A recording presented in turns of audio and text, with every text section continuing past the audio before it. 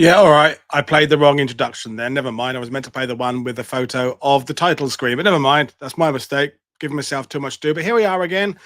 We're still part of the Arnhem week, and I am looking at the Bridge Too Far epic movie that, for so many people of my generation and those watching, was a seminal experience. It goes along with Airfix comics, Airfix kits, Commando comics, Saturday afternoon at the movies, movies on a Sunday afternoon on TV, on bank holidays, etc., etc., etc. So we had a couple of people mention during the chat with Al Murray yesterday what my thoughts are about the movie, A Bridge Too Far.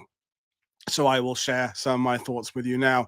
And I completely understand that they will be my thoughts, not necessarily your thoughts. There'll be things you agree with, things you don't agree with. But what is, I think, something you just can't argue with is A Bridge Too Far. It is always going to be a massive frame of reference when we come to Operation Market Garden, for the good, for the bad. But it is, for most people, just a huge part of their understanding of that battle. And as war movies go, it is one of the ones that we won't see that type again. The all-star cast, we go back to the 1960s, The Great Escape, things like that. Midway in 1976, Eagle Has Landed, Cross of Iron, perhaps wasn't an all-star cast, but it was a big classic one. Force 10 from Navarone, Guns of Navarone a decade earlier, Lawrence of Arabia, that era of all-star classic war films that we don't sort of get anymore. Saving Private Ryan perhaps produced some stars, Band of Brothers produced some stars, but we don't have those all-star epics these days. So, well, I'll get underway. Feel free to get away with some comments. That was the banner I was supposed to do at the beginning, but what the hell, I pressed the wrong button. Never mind. So let's talk about the background of the movie. So it was directed by Sir Richard Attenborough, and Richard Attenborough was then unashamedly part of the previous generation of filmmaking. He'd been in the RAF in World War II. He made films during the war years. Journey Together was an RAF RAF official military or ministry production that was also released in cinemas. He then was in some classic movies, The Great Escape, Danger Within, all through that, Sea of Sand, in that classic era of war movies. But he also had a much more global thoughts about the world. He always wanted to make the movie Gandhi, and he made Gandhi a few years after Bridge Too Far. And Bridge Too Far was one of the things he kind of pitched out there to prove to studio bosses he was someone worth investing in as a director, because he'd done some smaller things, he'd done some big things, he'd had some hits, he'd had some failures. But Bridge Too Far is unashamedly a 1970s movie, but with a 1950s aesthetic, a 1950s attitude, I think. It often gets talked about as being an anti-war film, Richard Attenborough's anti-war statement. And I'm going to quote, I think it was Francois Truffaut, the French director, who said there isn't such a thing as an anti-war movie or a pro-war movie. There are good war movies and there are bad war movies. And a war movie that tells the story in a sense correctly will at the same time give out not necessarily an anti-war message, but that wars are shit and that wars cause terrible casualties. And then, of course, at the other end, you have like those Italian spaghetti movies made in the 60s where war was just a setting for thrills and spills. But even things like The Dirty Dozen were still trying to make a statement about sending men to war. And there was some quite kind of not anti-war, but anti-establishment tones in Dirty Dozen. Catch-22, MASH, I suppose, was sort of anti-establishment, anti-military, but not say anti-war, anti-bureaucracy, anti-bullshit. But Bridge Too Far gets sort of referred to as an anti-war movie, but I don't really know what that means. But, anyway, all-star cast. So let's talk about the cast first. And these are my opinions, and I accept that some of you may have completely different opinions. So there were some obvious standout performances in Bridge Too Far. Some of them have already come up in the sidebar. So Michael Caine as Lieutenant Colonel Joe Vandeleur in the Irish Guards. I mean, absolutely outstandingly brilliant performance. This is a scene just before the start, the purple thing, where he's about to lead the column off through the open fields between the towns there, and the start, the purple line. And the story of the movie is that Attenborough and the second unit directors didn't tell Michael Caine just how big the explosions were going to be or how close his Humber Scout car was going to be to them. So some of his reaction to all the explosions around them were genuine. They were genuine kind of shit. There's a whole lot going on around him, and that kind of first take was used. And Michael Caine had been in the army. He'd made quite a few war movies over the years, played dirty, A Battle of Britain, Hill and Korea was his first one. So he was totally at home in battle dress. That's one of the great things about the movie, is that the guys playing the military leaders all look like they could give orders, take orders. Most of them have been in the service in some shape or form. Gene Hackman had been a Marine. Dirk Bogarde had actually knew General Browning, who was played. We'll come on to Browning in a minute, and Dirk Bogarde. So these guys just looked at home in battle dress. They looked at home leaping on green vehicles. So Vanderleer, Michael Caine, fantastic. And Edward Fox as General Brian Horrocks. I mean, where does Horrocks begin and Edward Fox start? That briefing with the map, and we, my friends, are the cavalry, and all that stuff. And are there any war movies that are more quotable than A Bridge Too Far? Start the Purple, There Are Lunatics Laughing at Us from the Woods, A Cup of Tea, they're just endlessly quotable. We Can't Take You All In, the surrender thing, etc., etc., etc. The Bailey Bridge stuff, the exchange between Michael Caine and Elliot Gould. We'll come to that later on. I don't think any war movie has ever given us as many quotable lines as A Bridge Too Far. If anyone thinks of another movie that has more quotable lines, I mean, Kelly's Heroes has a fair few quotable lines, The Great Escape, some of those other classics, but A Bridge Too Far has dozens and dozens of not only quotable lines, but they're instantly recognizable the world over to other war movie fans, war movie buffs, whatever. So the casting of Michael Caine, Edward Fox, absolutely perfect, superb, can't get it wrong. Which brings us to the Germans. So Maximilian Schell as Bittrick. I mean, Schell had a long experience of playing German officers. Judgment at Nuremberg was one of his first roles in 1961, where he's the defending counsel, the prosecuting counsel, I think. And he was obviously German, and he could kind of do the heavy contemplative kind of war films where he's getting into kind of the method acting, and he could play the pantomime villain Nazi officer, and I suppose in A Bridge Too Far it's more towards the pantomime villain officer. And we mustn't forget that Bittrick was convicted of war crimes after the war. So although there's the bit where he offers Anthony Hopkins as John Foster chocolate, and they're trying to portray Bittrick in a semi kind of honorable light, the real guy was a bit of an arsehole. Not the worst arsehole the Third Reich could produce, but he wasn't a good guy. But Maximilian Schell is well cast. Wolfgang Price, who was in lots of war movies, Hannibal, Brooks, and lots of German-made ones, another German actor who plays von Rundstedt, I think, as one of the great cameos. I mean, he really is only in the scenes when they're around the map, when he says, one of his aides says, "But you've never been defeated," and he says, "But I'm a young man, give me time," or words to that effect. And he's the one in the movie, although it may have been modal in reality, to locate the 9th and 10th SS or 2nd Panzer Corps to Arnhem. Hardy Kruger, another legendary German actor who had been in the Hitler Youth in World War II. I think he served in Yugoslavia, somewhere like that, or the Eastern Front as a 16-year-old. He plays Karl Ludwig, Brigade Führer Karl Ludwig. And this is where, he was, of course, Abraham, he was Captain Stransky as well, Maximilian Schell in Cross of Iron. This is where the movie makes some odd decisions about not portraying real people. So Ludwig, as played by Hardy Kruger, is, I suppose, meant to be Heinz Harmel, commanding officer of the 10th SS. Well, why not just have him named as Heinz Harmel? Why give him another name? I mean, he's got elements of the 9th SS commander as well. So he's being the absolute cardboard cutout pantomime villain SS. He'd done that kind of role before. He was in Battle of Neretva, the Yugoslavian-made war film, and he, as a archetypal SS shithead, and he's doing the SS shithead in this one. Wolfgang Price, I think, as von Rundstedt, was the best of the three. The guy who played Model isn't an actor I know very much about, Walter something or other. I think he had some good scenes, but maybe not seen enough on screen. But that question about why they don't have Hardy Kruger, or as Roger Moore called him when they were making the Wild Geese, Deadly Luger.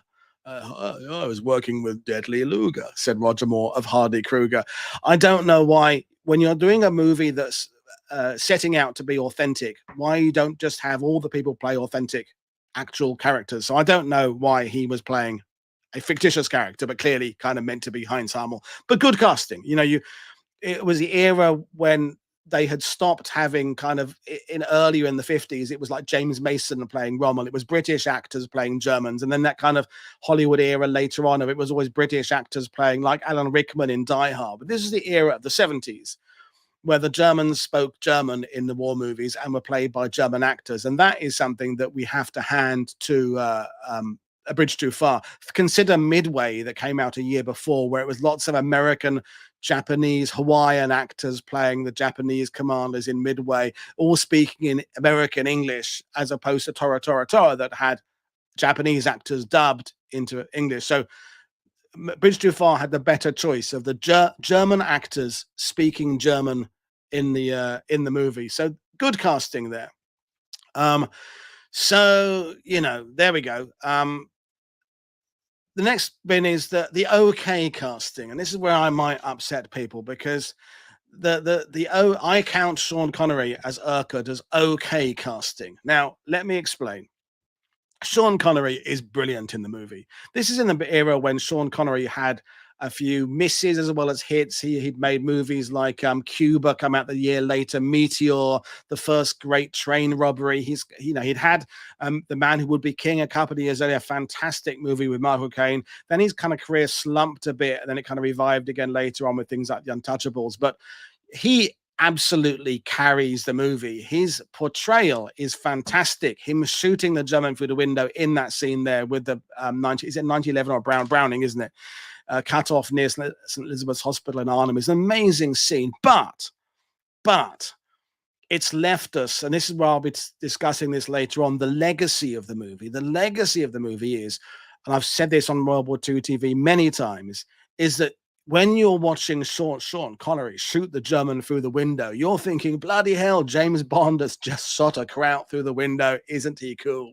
When you should be thinking, why is 1st Airborne Division's commanding officer going off on a semi-solo recce, who ends up being cut off for 36 hours, having not given the order of who should be in command if he's not there, causing the whole Hicks, Hackett, Lathbury, who's in charge, who's on first, Abbott and Costello routine that happened on the morning of the 19th. So I love Sean Connery as Urquhart. And when I first went into the Hartenstein Hotel Museum at about whatever age I was, in my late teens, 20s or something, and I saw the mannequin there representing Urquhart, and it looked like Sean Connery. It was like, what brilliant casting. I mean, Sean Connery was superb as Urquhart, but I feel his performance has forever influenced how we think about General Urquhart and his performance in the battle. So that's why I say the casting is okay. It was brilliant for the purpose of the movie, but it was only okay in the legacy it's left us afterwards, which is also the same thing I will apply to Dirk Bogarde as Browning. Now, I said earlier, Dirk Bogarde was in the World War II. He was, RAF Army, but attached to RAF in liaison. He knew General Browning. He was part of Market Garden in the ground staff, etc., etc. He got the mannerisms of Browning. Browning was kind of a showboater, and he had his own custom-built uniforms, that kind of stuff. But there was all this trouble afterwards where Browning's widow, Daphne du Maurier, tried to sue, and people said it was a libelous performance, blah, blah, blah. Bogarde stood by what he said and how he performed him, but it's left us this odd kind of taste in the mouth, nasty taste in our mouth with regards to how Browning was. And he for reasons, because Montgomery was not portrayed in the movie. And by all accounts, Richard Attenborough had some real kind of affection for Montgomery. He didn't have Montgomery in the movie, so Browning becomes the fool guy. Browning becomes the the guy who leads it to A Bridge Too Far, which, by the way, I even have a problem with the title A Bridge Too Far, because The Bridge Too Far began that, in a sense, American understanding that all the failures at Market Garden happened in Arnhem with decisions made by the Brits. Okay. Now, my analogy for blaming it on the last bridge is like supposing a guy dies after eating 100 donuts. He dies of a massive, great heart attack, and now the article might say, so the 100th donut killed him. Well, no, the previous 99 donuts also contributed to the guy's bloody heart attack. It was the 100th one that just triggered the thing. And I think the same applies to A Bridge Too Far. Is just because the bridge at the end of the operation in Arnhem is the one where it went the mostly wrong, the implication by saying that's where it wrong is that everything before that went perfectly. Where we, of course, we know now that there were problems in Son, there were problems in Eindhoven, there were notably problems in Nijmegen. 30 Corps were having issues, 12th Corps, 8th Corps supporting on the flanks were having issues. Putting all the blame on the operations planning on the final bridge of Arnhem is I think unfair. Okay. And by the way, there was a comment in there about Hardy Kruger not being in the SS. Well, check on the internet. He was in a youth, I think, 36th SS Grenadier Regiment, and Hardy Kruger wrote about this open in his autobiography, which I've read. So, I mean, I'm not accusing him of being a war criminal, and he was a very young, was in the unit. So these are my problems with Connery and Browning. Is I think they both give very good performances, but they have left us a legacy of how we perceive the operation. Now, someone just said a minute ago that that's not the filmmaker's issue of how the movie is regarded later on. And I agree with that. It's like Spielberg. When Spielberg made Saving Private Ryan, he had no idea that every single person who ever went to to Omaha Beach in the years that followed, without thinking about it, ran through the first few minutes of Saving Private Ryan in their head when they stood there. That was the frame of reference, because a movie is so wide-reaching compared to literature, compared to articles. But that's not the filmmaker's fault. That's the public's fault for imposing on something. And I think that's what's happened, is that Attenborough didn't know that Bridge Too Far was going to become the benchmark understanding of the Battle of Arnhem. He was making a movie that, you know, was competing that summer with other movies. So, you know, this is where I'm in two minds about this. The casting of these two characters at the time, very good in the movie, but has left us with a legacy. So that's some of the okay casting. Another photo of Connery and Bogart there. So the next three, who I count as okay casting: Gene Hackman as Sosabowski, Robert Redford as Julian Cook, and James Caan as Eddie Doan. So Gene Hackman, I maintain, is probably the greatest screen actor to ever come out of the USA. I think in the 70s, unlike maybe Michael Caine and Sean Connery, who were having a bit of a slump, Caine was making movies like Silver Bears and The Swarm at the same era as A Bridge Too Far. Gene Hackman was rising, you know, the French Connection. He'd been making some great thrillers, Night Moves, The Conversation in the 70s. 70s was a fantastic decade for Gene Hackman.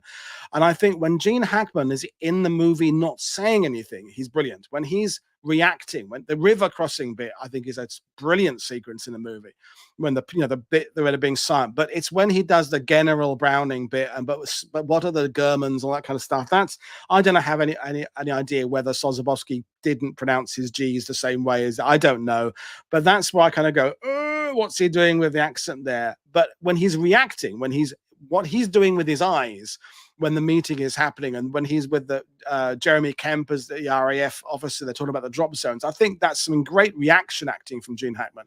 So I think he's really good, but the choice of pronouncing words with a G, with a G, I think is odd. The beret wearing, although that's sort of how the Poles wear it, but whatever. Gene Hackman, he's okay casting. Robert Redford was fine. I sometimes think he was kind of in a different kind of movie.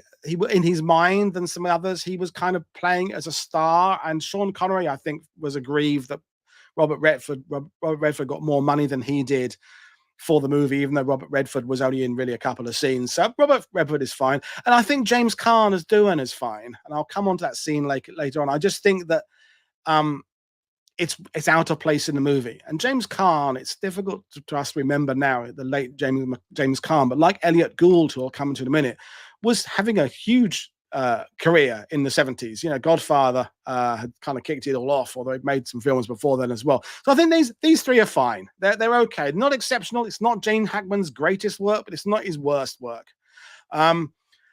Laurence Olivier and Liv Ullmann. Liv played Kate Horst. I think physically she resembled Kate Horst fantastic. It doesn't have much to do with, really. I wonder if there was a director's cut, whether you'd see more of her performance there. But what she does, I think she does very well. She gives humanity to the film. With the soldier walking across the carpet, dropping the blood, and the children. I think she does very well.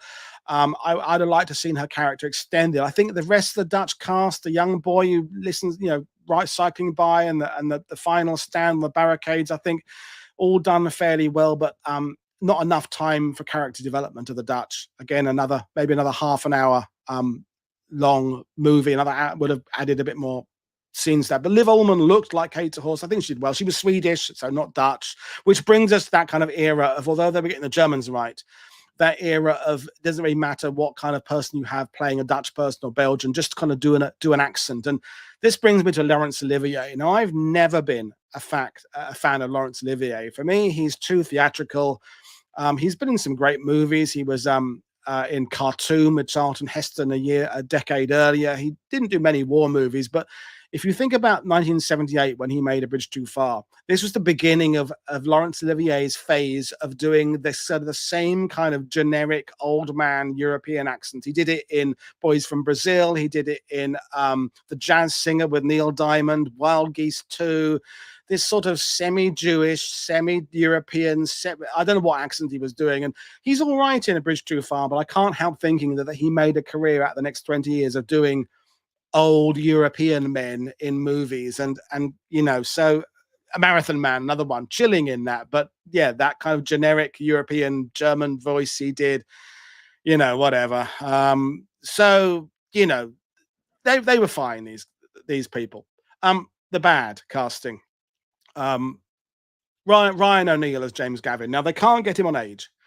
And physically, I don't think he was not unlike James Gavin, and he was the right age. James Gavin was 37 in World War II in 1944, and I think Ryan O'Neal was 36 or 37, so bang on age. He just doesn't have the gravitas. He might have done if it was just a movie about the 82nd, but when you're up against Sean Connery and Michael Caine and Edward Fox and Gene Hackman and Hardy Kruger and stuff, Ryan O'Neal just looks very much like a bargain basement choice. I wonder whether someone like Steve McQueen, who was talked about at one point, although he was a bit older, I think Steve McQueen was like 47, so 10 years older, would have been more. I'd have rather seen Steve McQueen play Ryan O'Neal, even though James Gavin, even though he didn't look like James Gavin, he would have been able to stand his own on screen along. The scene when they're on the up the tower looking across, and it's Dirk Bogarde, Michael Caine, and Ryan O'Neal just looks like the kid flung out of amateur dramatics, flung into a movie. And no disrespect to Ryan O'Neal, but he just wasn't a very good caliber actor, so he lets it down really badly. Elliot Gould on the right, really curious why he's playing Colonel Bobby Stout, who is clearly meant to be Robert Sink of the 506. Apparently Sink's family didn't want him to be portrayed by name, so he was played by Elliot Gould. And Elliot Gould, again, another actor who was going for a massive career in the 70s. It tailed off in the 80s, but even by the end of the 70s, and he was headlining movies like Escape from Athena, the World War II movie with Roger Moore and David Niven, and he'd made some big sort of comedy caper movies. And that's, I think, the problem with Elliot Gould, is he didn't do serious very well. Now, maybe it was a conscious decision for Matt Attenborough to have somebody to lighten it a little bit when the bridge blows up and the water splashes down, and the scenes talking to Michael Caine about the Bailey Bridge. I don't think Elliot Gould does those scenes badly. I think he's okay in them. It's tonally. I wish someone else had been playing him, or maybe just not have the character at all. Bringing us to Paul Maxwell in the middle there, who played Maxwell Taylor.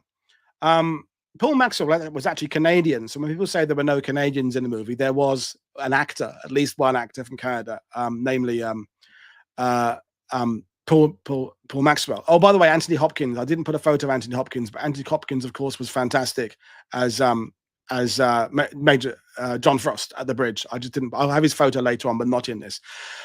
I don't know why they didn't have more given to Paul Maxwell as Taylor, or have someone else play Maxwell Taylor. I wonder whether they just ran out of budget. And Paul Maxwell was a jobbing American voice working in Britain. He's along with people like Shane Rimmer, who you may not know by face, but he was in A Spy Who Loved Me, and he, like Paul Maxwell, did voices for some of the Jerry Anderson films. Paul Maxwell was the voice of the chief pilot in Fireball XL5. He was in Danger Man, lots of those sort of 1960s ITC, early 70s series. So he was one of those North American voices living in Britain. The film was cast in Britain. He got the job as Maxwell Taylor.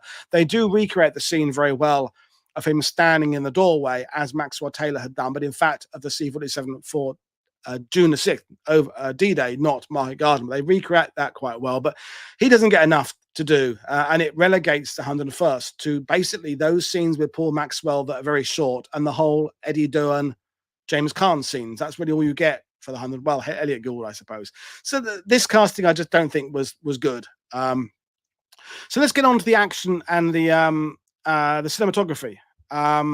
And I've got some thoughts. So the parachute jump, I mean, my God, when are we ever going to see that again? Done for real. Okay, yes, some of the guys are wearing DMS boots, not ammo boots. The C-47s are the wrong color. The gliders are towed by C-47s, not Sterlings. But my God, seeing all that sky full of parachutes, they're just fantastic stuff, just what some great scenes. The whole bridge, Grabner's assault across the bridge. Yes, the tanks are wrong. There's the German tanks are played by Leopards from the post-war, and bits of half track with plywood stapled on the side to look like this, that, and the other. And there's some editing errors in the whole continuity there. But my God, what an amazing scene! The use of the Piat there on the bridge. What an incredible scene. Yeah, sure, that's not the correct tank, and the camouflage is wrong, and there's markings on the wrong vehicles, all that kind of stuff, whatever, this is why I love the movie. These scenes are staged with such epicness that someone like Richard Attenborough could bring to this that perhaps other directors couldn't do.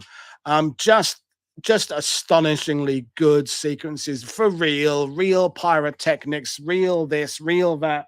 No matte paintings in the background, no CGI, just real solid.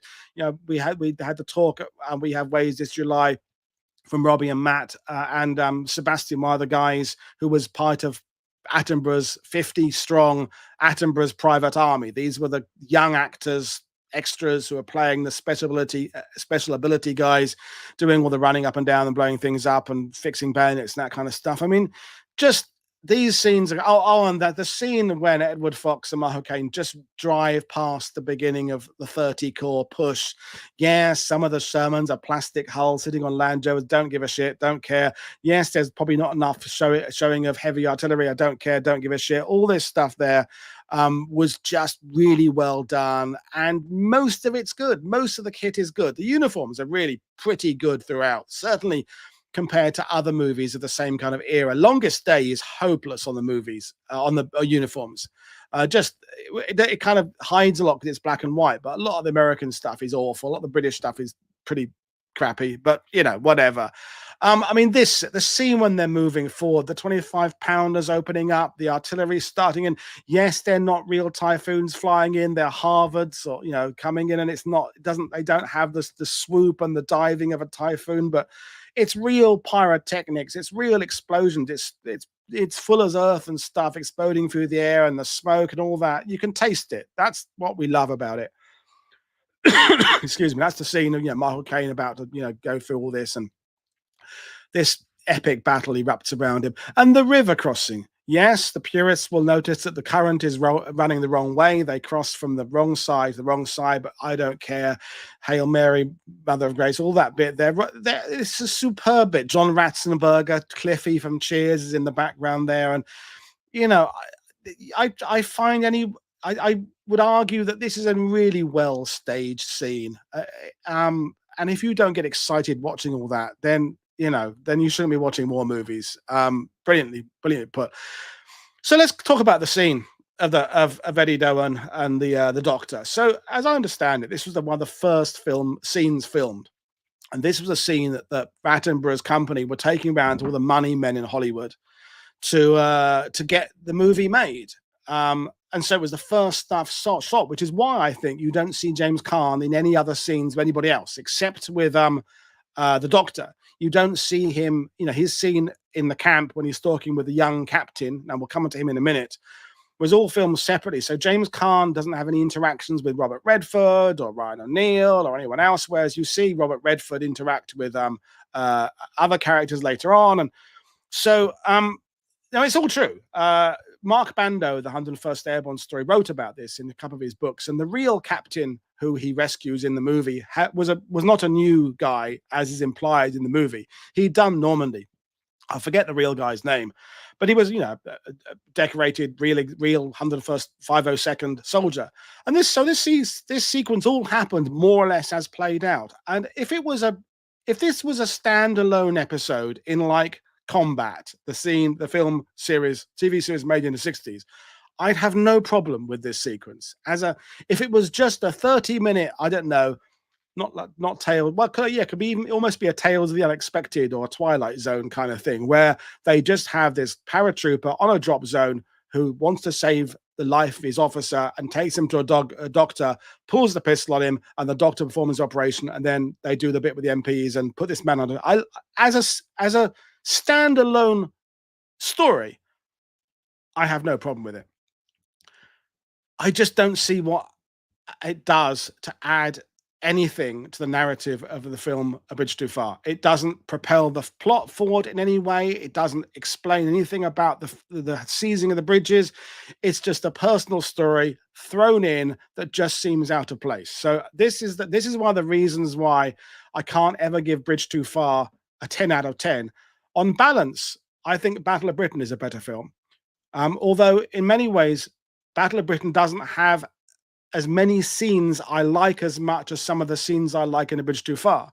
So Bridge Too Far has some scenes I give 10 out of 10 to, but has some scenes I give 2 out of 10 to. Whereas Battle of Britain gets a solid 8 out of 10 all the way through, if that kind of makes sense. So Battle of Britain has a better average, but Bridge Too Far has higher moments, but also, like this, moments that just annoy me, okay? So which kind of bring me to my summing up, really, now, which is the whole balance between historical accuracy against entertainment and the film's legacy. Okay, I'm going to have a sip of water because my throat's going dry. So on the one hand, there's a whole lot of people watching this right now. David Duffy, my mate over in Ireland, and Mia's watching it, who's the ranger. He loves the James Caan scene. Well, fine. It holds a special place in all of our hearts, I think. If you like World War II in the sense that you're a World War II buff, Bridge Too Far is up there. It's just there. If you like football, you like the Brazil team of 1970. If you like baseball, it's Babe Ruth, whatever. If you like war movies, Bridge Too Far is up there. That's it. Al said yesterday in his show, it's the legacy. It's even the interviews conducted by Cornelius Ryan for the book, okay, were before the tagline "A Bridge Too Far" had been conceived. They're talking about the operation without that label. And then the book came out, then the movie came out, and this whole "A Bridge Too Far" has become a part of our language. It's like we use it. If a politician is talking about, I don't know how many food banks are set up in a town. Well, we tried to do 100, but we only did 70. Maybe we went a bridge too far. That it's become an expression to mean not achieving everything. And we've been talking about this during the Arnhem series about how do you measure success? How, the 90% successful line given to the real Operation Market Garden. What does that mean? What the fuck does that mean? That means it was 10% unsuccessful. How do we? It's an axiom, exactly, Norma. It's exactly. So I love every time Bridge Too Far is on.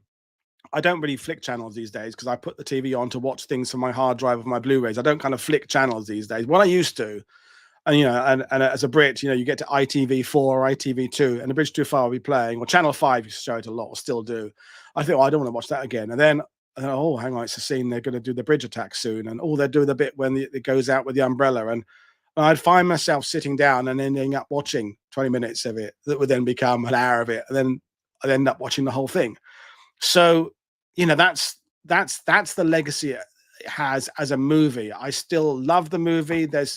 I don't think we'll ever get a movie that combines all of those elements I talked about earlier: the scale, the real parachute jumps, real armored vehicles doing real things, real 25-pounders firing real, I assume, blank shells, but then pyrotechnics going off. We don't get movies done that kind of way anymore. There's so much done with all the instances of firearms accidents on, well, not all of them, but there've been firearm accidents on sets. We're going to see more and more of the created. I mean, I think it was the first Expendables film where all the gun flashes were just computer generated afterwards.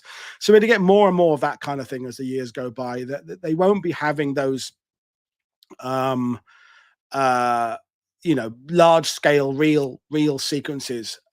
Interesting, as Scott Taylor saying there, that my personal belief does have an anti-British bias in the film. The American troops everything to make the plan work, and the lazy British sit down and drink tea. But I've heard Americans say that it's anti-American. I've also heard people say, Brits have said there's too much American scenes in it. Americans say there's too much British scenes in it. I think it was balanced quite well, actually, in the end. I think I think there is British heroism in it. I think the British heroism maybe comes from the lower down characters. It's the guy with the chicken and the Alan Armstrong. It's Alan, the guy who was in New Tricks, Alan something or other, Northern guy on the bridge there. There was lots of British heroism shown in it. I mean, just the holding of the bridge, the whole sequence of defending the bridge. I mean, there's shitloads of heroism going on there. And I would argue that with the Bridge Too Far, sometimes the American scenes are put in for comic effect. The whole blowing up of the bridge and Elliot Gould's face in the movie is portrayed as a kind of a comedy event, as opposed to the reality of it being one of the nails Armstrong and nails in the coffin of the 30 Corps getting up is the loss of the bridge there. So there are anti-American bits, there are anti-British bits, there are positive things about the British, there are positive things about the Americans. The Poles, I think the Poles get a better crack of the whip in the film than they do in some of the writing. I mean, Sosabowski, played by Hackman, gives them a gravitas. They are absolutely shown trying to get across the river there. They're showing having lots of casualties. He's shown as being the conscience, the guy who has doubts about the plan. He's definitely shown as kind of being not part of the inner circle, which was definitely the case of how the Poles are treated. Sosabowski is treated in a different way, racistly by Browning. So I think the Poles are portrayed as accurately as can be done with how they were portrayed at the time, in that they were treated as second-class troops by some of the commanders. I think there, and I think we're going on about the MIDI doctors. They're talking about Browning as the fall guy. I think the trope there. I think Browning is easy to take away from the movie as being the kind of the fall guy, the guy who gets it all wrong and blah, in a sense. But I think if you read about it, if you read about it more, clearly there's a lot more to it than that. And he's not quite, well, he's certainly not the only, I mean, he's not the villain of the piece. I mean, the villains of the piece are the Germans. They're the real villains here. Everybody on the Allied side who was trying to put this plan together were trying to do the best thing. I think, but a lot of audiences, with all the slap bang wallop of the movie, didn't get the nuance of what Bogart was trying to bring to the Browning character. Browning was trying to give a more complex, three-dimensional portrayal of Browning. I'm wondering how many more scenes were filmed that didn't make it, and maybe in a longer cut, his contradictions would come across better. And there's that sort of confrontation scene where Urquhart comes back and kind of holds Browning to task over it, and Bogart as Brown doesn't seem to react with much sympathy to that, and I think that's unfortunate, because the real Browning had much more nuance and much more empathy for what happened there. So, you know, Bogart was good in it, but at the same time, again, it comes back to this point I'm making. He's left us with this legacy of an interpretation of Browning that's not entirely in line with the real guy, exactly as Sean Connery has done with Urquhart. In that, despite myself being, I like to think of myself as a historian, my judgment of Urquhart is positively enhanced by him being played by Connery, because Connery was so kick-ass cool in the 70s. And you know, that's I can't get away from that. And I don't think Urquhart was a bad commander, by the way. I think he was a very good infantry commander who'd been in Malta and Sicily and done some great things. I think he was handed a poison chalice with the Market Garden plan and the drop zones and things. And you know, and I don't know that he was necessarily an ideal airborne officer, but I'm not saying he was hopeless, but the Connery portrayal cuts him as being a total expert, knows what he's doing, in command of everything, and it fails to show that he is as responsible as other people for errors of judgment, namely the leaving his division for 36 hours and not leaving a clear command structure in place behind him. So yeah. Connery in that beret almost makes a normal man question his sexuality. Yeah, it's like Cillian Murphy in Peaky Blinders. You know, I kind of fancy Cillian Murphy. I'm a straight, you know, heterosexual male, but Cillian Murphy is so masculine in Peaky Blinders, and Connery is just such a representation of manhood that you kind of go, yeah, fucking hell, he's so good. So if I were making a movie, what 3 points would I emphasize with the film narrative? I don't know that I could. I don't know. I think this is the thing about Bridge Too Far as a subject, is it's a very complex story to get across in a single movie. I think if you were doing a 10-part series about it, you'd be able to bring up some much more complex ideas, of which we've been talking about on the channel, by the way, the last few days, which is, what are the Allies' options moving into September 1944? What is the state of the German army? Is it on the brink of collapse? What about the V1 weapons hitting London? What about this idea that we can get the war over by Christmas? What about the logistical issues that the Allies are facing? What about this ongoing command structure about Montgomery having to relinquish more command as Americans take more role? All that kind of stuff that would come into it. The how do you use airborne forces dilemma, the creation of the first Allied airborne army. These could all be something you could bring up into a 10-part series, but in a movie of 2.5, 3 hours, you're restricted to making Bridge Too Far, which is what it becomes, basically an action movie that tries to deliver a more in-depth portrayal of Urquhart and Tozabowski. And I mean, the Germans don't get much room for expansion in terms of characters. The whole Model, Bitterick, Ludwig characters, they're all very one note.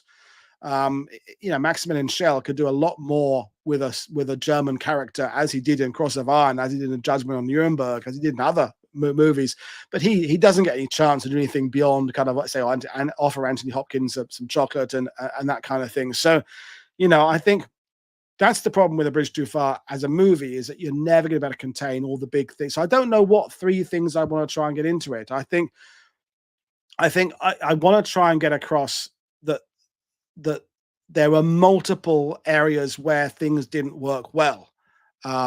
Whether, I mean, they get across the idea the drop zones were too far away, that the loss of bridges, that there's a single road, that they get across a lot of the things, but they don't get across the rest.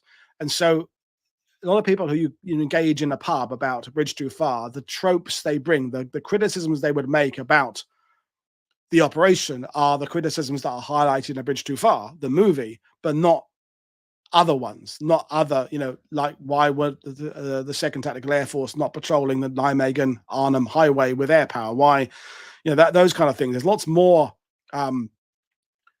issues with the plan than those that were featured in the movie. So that's kind of where I'm at. I'm just kind of just a sip of water again to talk amongst yourselves for a second. So, you know, as Scott said, there's no Ike on Montgomery. Obviously a conscious decision. They had that black and white footage at the beginning where Liv Ullmann narrates where the Allies and as all plans, they hope the war will be over by Christmas. There's that little bit that kind of sums it up in a minute or something, but not much. Yeah, David, David, you got what have you got thoughts on, Matthew? Expand on that.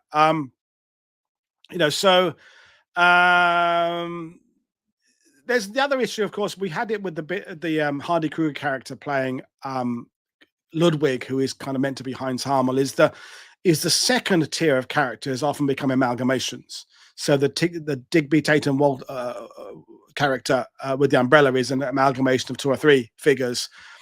Brian Urquhart, the intelligence officer, becomes Major Fuller. The doctor who treats him isn't a real person. That kind of sergeant, lieutenant officer, the medical colonel, who's with Laurence Olivier, who's meant to be Warwick, that we talked about a couple of days ago with John, isn't him, but it kind of is him.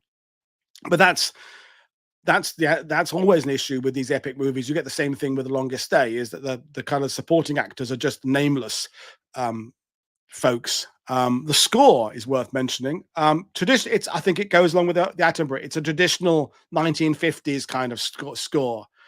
I mean, the same kind of era you had. Well, but a few years later, you had The Keep, made about the kind of the horror thing with Scott. What's his name? The guy from Wild Geese 2. Was in Silence of the Lambs, Scott Glenn, and who else was in that?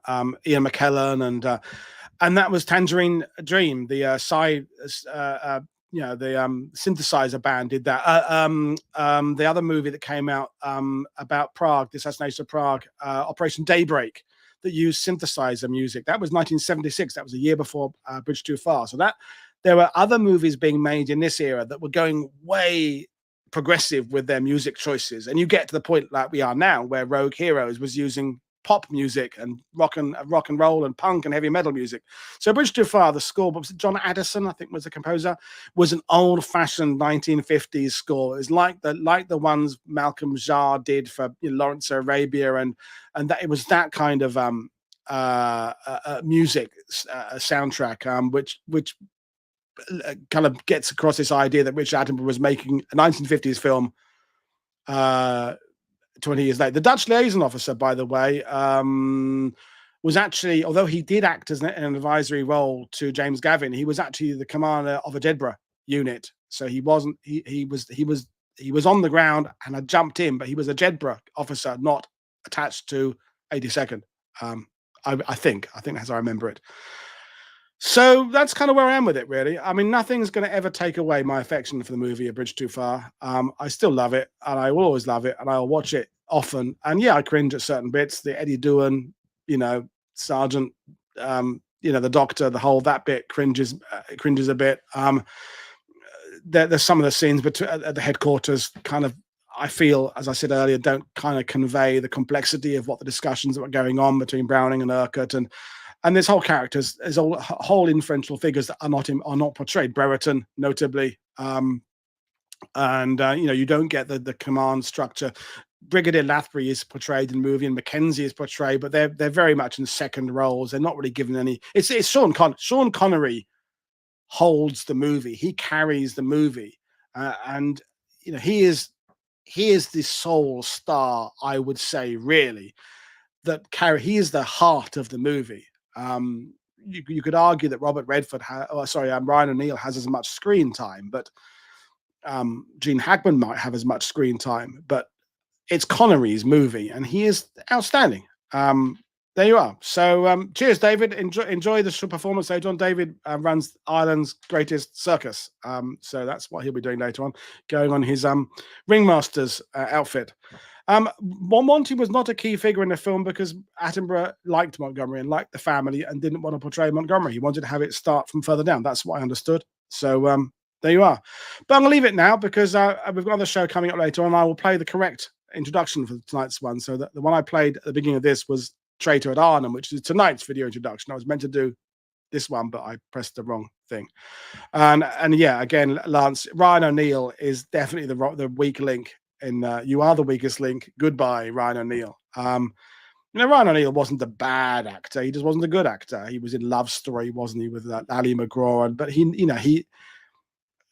James Gavin's book, I'm going off on one tangent before I stop this, On to Berlin, his autobiography about World War II. There's very few books by a general that take you from throwing grenades over a stone wall in Sicily to high-level meetings with generals, because that's what Gavin's life was when he was ADC of the 82nd earlier in Sicily and Normandy, and then later he commanded the 82nd. He in 1 minute he's having meetings with Patton and Bradley and Montgomery. The next moment he's lobbing grenades over hedgerows, and very few books by generals have that kind of contrast of being at the ground and at a higher level. So his book is good.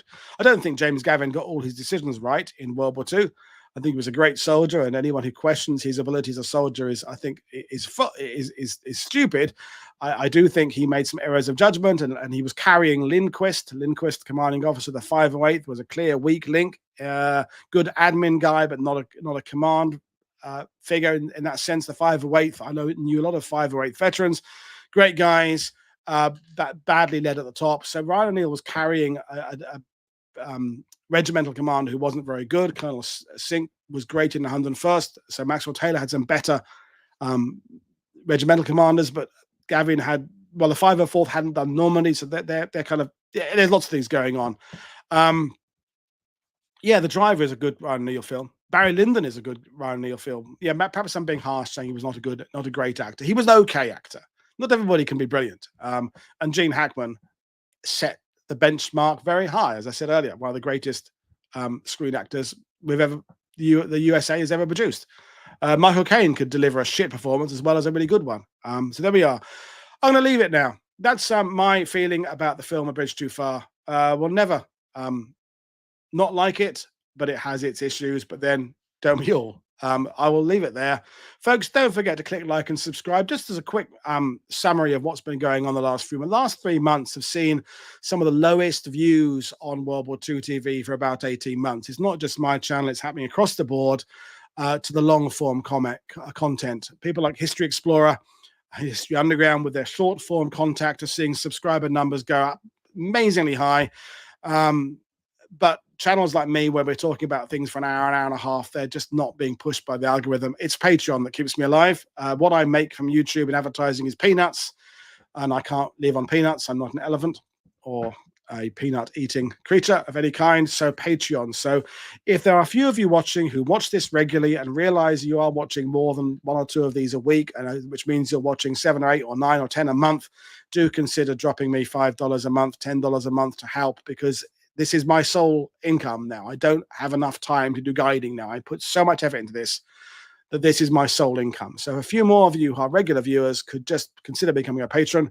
It would be really cool to just give me that financial security to plow ahead. So that's my last little bit there, because that means that the number of views don't really count. I like to think, I was saying to Mag last night, I like to think this is really pretentious, so forgive me, that I'm kind of offering a Rolls-Royce service in terms of World War II history. Not so much me, it's the guests.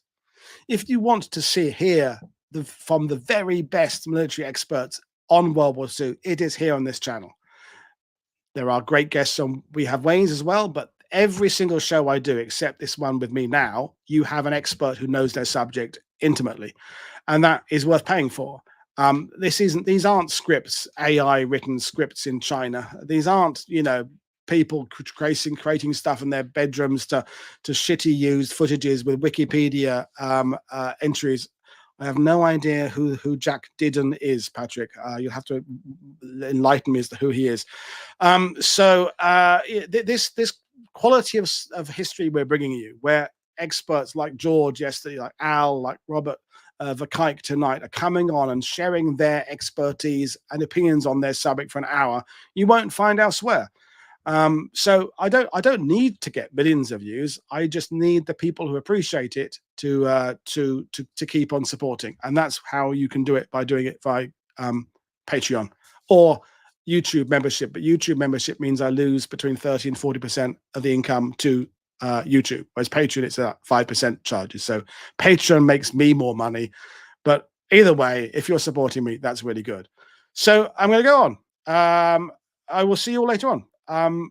This is Paul Woodadge from WW2TV saying enjoy the rest of your Thursday afternoon. We're talking about The Traitor of Arnhem later on, which is Anthony Blunt, double agents, the intelligence on the ground, what the Germans thought, what the Soviets thought. It'll set the cat among the pigeons. See you all later on, everybody. Cheers. Bye.